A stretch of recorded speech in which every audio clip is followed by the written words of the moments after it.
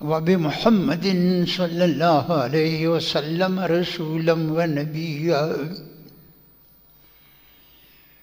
وبالقرآن العظيم والحديث قدوة وإماما وبأبي حنيفة رحمة الله تعالى عليه مذهبا ومسلكا ونشهد أن لا إله إلا الله وحده لا شريك له ونشهد أن سيدنا ومولانا محمدا عبده ورسوله أما بعد فقد قال رسول الله صلى الله عليه وسلم الإيمان تنزه أو كما قال رسول الله صلى الله عليه وسلم بحر لطف أبري بحاري كنت خاروس من را أبداري زكاني جودي أبادي خزاني كنت برشيد من نادر بشاني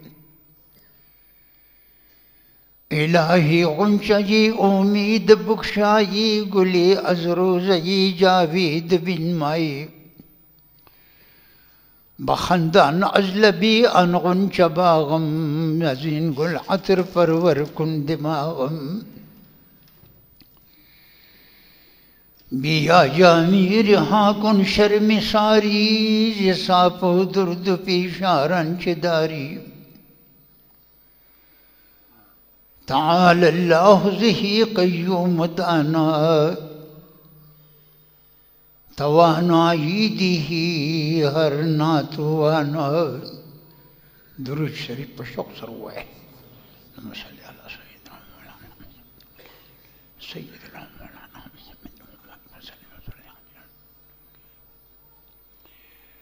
بزرگوار الكرام ناس العلوم جمعة شوف هذه حديث مبارك عندي من بيانكم بتوفيق الله. النبي عليه السلام مبارك فرمائی دی الإيمان تنزه دا ایمان چی دی دا نم دا احتیاط دی مسلمان بمحتاطی دا فکر خاون بی سوچ سمجھ بکئی غور بکوئی دا پیغمبر علیہ السلام پر صفاتو کے راغلی دی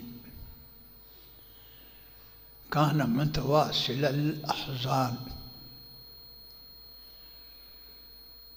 نبی علیہ السلام مبارک پئی در پئی فکر والا ہو پئی در پئی فکر والا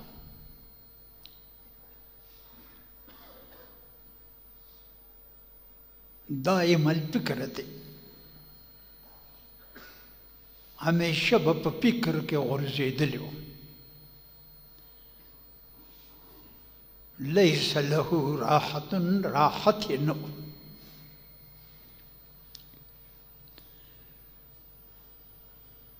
آغا سیزون رسول اللہ مبارک لی دلیو چا آغا منگو تاسو لی دلی ندی آغا بل پیغمبر لی دلی ندی دے پا میدان دا معرفت کی عظیم الشان پالوان پی او دقننگی امت دی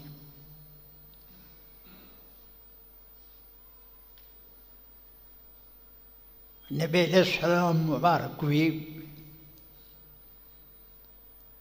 بخاری مبارک کی راغلی دی چه زما دا بالغ لاندې د پنبې اونه ده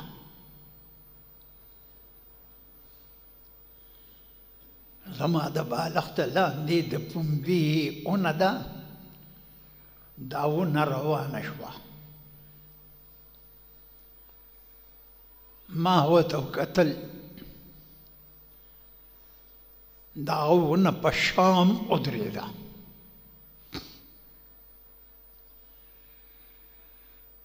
صحابه کرامو تپوس رسول الله نه وکړو، د بخاري مبارک روایت دی، ورې یاد لره.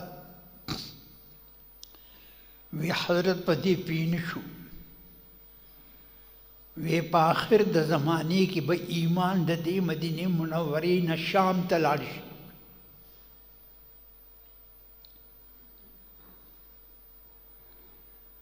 او نبی علیہ السلام فرمایلی دي ستكون هجرة بعد هجرة، هجرت پوی پس تا هجرتنا. فخيار أهل الأرض ألزمهم مهاجر إبراهيم، بهترین خلق پا د زید هجرت ابراهیم علیہ السلام سره لازم شي. ایمان با د دې مدینه منورې نه بل ځای خلا پرېږده. د مدینه منورې نه به ایمان نقل شي شام ته. بهترین خلق هغه دی چې زید هجرت ابراهیم علیه السلام سره په دغه ټیم کې لازم شي.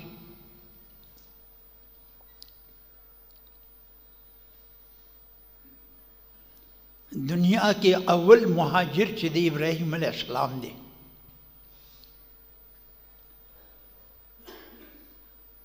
د عراق نه هجرت وکړو حران ته. هجرت کې ډېرې لویې فایدې دي.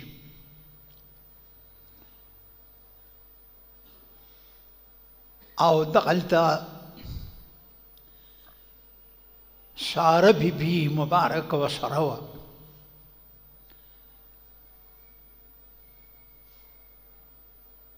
او دا په دغه ځای کې یو ظالم باچا و. د بخاري مبارک روایت دی. هغه ظالم بادشاه دا خپل دربار ته وبلله.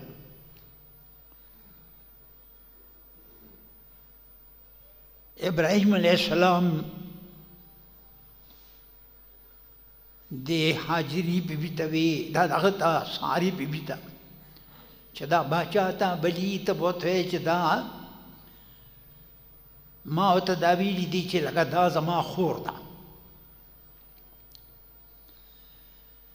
او وی یاد لره په دې زمانه کې موته دوه مسلمانان یو په مختصمه کې داسې ټیم دی، یو ساره بیبي مسلمانه ده، یو ابراهیم علیه السلام، نور څوک نشته، صرف دوه. نو پام کوو چې ما دغه باچا دا قانون چې چا سره به ښځه ونه هغه به یې تېغشته و چې خور به وي، هغې ته بیا څه نه وي.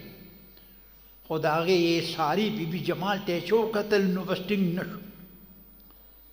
ابراهیم علیه السلام په مانځو درېده او تمام حجابات ورته خدای پورته کړل ټول.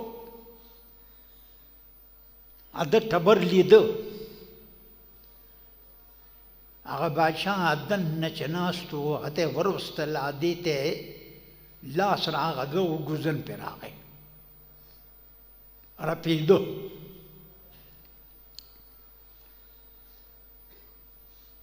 بیا یې بیبي ته وی چې ما ته دوا وکړه بس چې زه جوړ شم نو تا ته څه نه وایم. چې جوړ شو نو بیا یې دې ته لاس اچو. څه بې غیرته خلک ته پردۍ ښځې ته لاس اچول، څه کمزور په انسان دی. درې څلور کرتې داسې جوړ شو، بس بیا آخر کې وی دا خو تاسو ما ته څه شیطان راوستی و، دا خو انسان نه و. हाजिर बीबी मुबारक वता पे इनाम के ورکړه دا بستا خدمت کی हाजिर बीबी ابراہیم علیہ السلام مبارک ته او بخلا हाजिर बीबी ابراہیم علیہ السلام آزاد کړو نکاح په وکړو خدای ته مطهر انسان اسماعیل علیہ السلام اصل دار عربو اقورک او بیا په فلسطین ته لاړ فلسطین کې خدای ساری بیبي رمزي په دنیا کې هم کامیاب شو دی ایمان باندې ته سوچ سمجھ وکا دا لوی دولت تا سره دی احتیاط وکا د پنځو کسانو وجود به نه خوري کېږي هغه دغه څوک دي قبر کې به وجود نه خوري کېږي یو پیغمبران دویم علما علم لوی سونه ده حافظ ابن کثیر مبارک حدیث نقل کړی دی چې الله په فرض د قیامت علما یو ځای ته راجمع کړي علماو ته الله په خپله خطاب کوي علماء به یو ځای ته راجمع کړي ای عالمانو إني لم أزع علمي فيكم إلا لعلمي بكم إيه علماء ما تستطيع علم ذا كون تصدد علم لا يقوي تصدد علم لا يقوي ما ذكر علم ذا كون علم الله رجال نور كي في غنبرة بس به مرتبة علم ذا علماء لمن ونشأ سچرته وی په دې عمل وکړه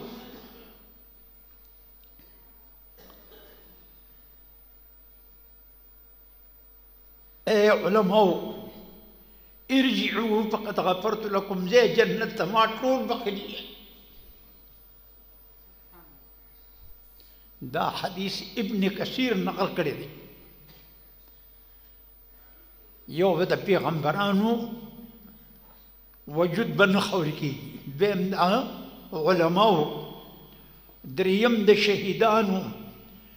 څلورم د حافظ د قرآن عظیم ډېرو کسانو باندې خفه یم قرآن شریف یې یاد کړی دی بیا تېر شوی دی الله اکبر بس دې تباه شو بس سخت تباه او برباد شو او پنځم چې څوک اذان کوي اذانم دې ما ستاسو خدمت کې عرض کول لګیا خبرې په حدیث باندې کومه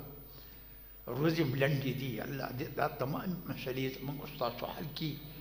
او د دې ایمان په خاطر دی الله د دې د شرافت او د دې د برکت نه دی الله موږ محروم نه کړي واخر دعوانا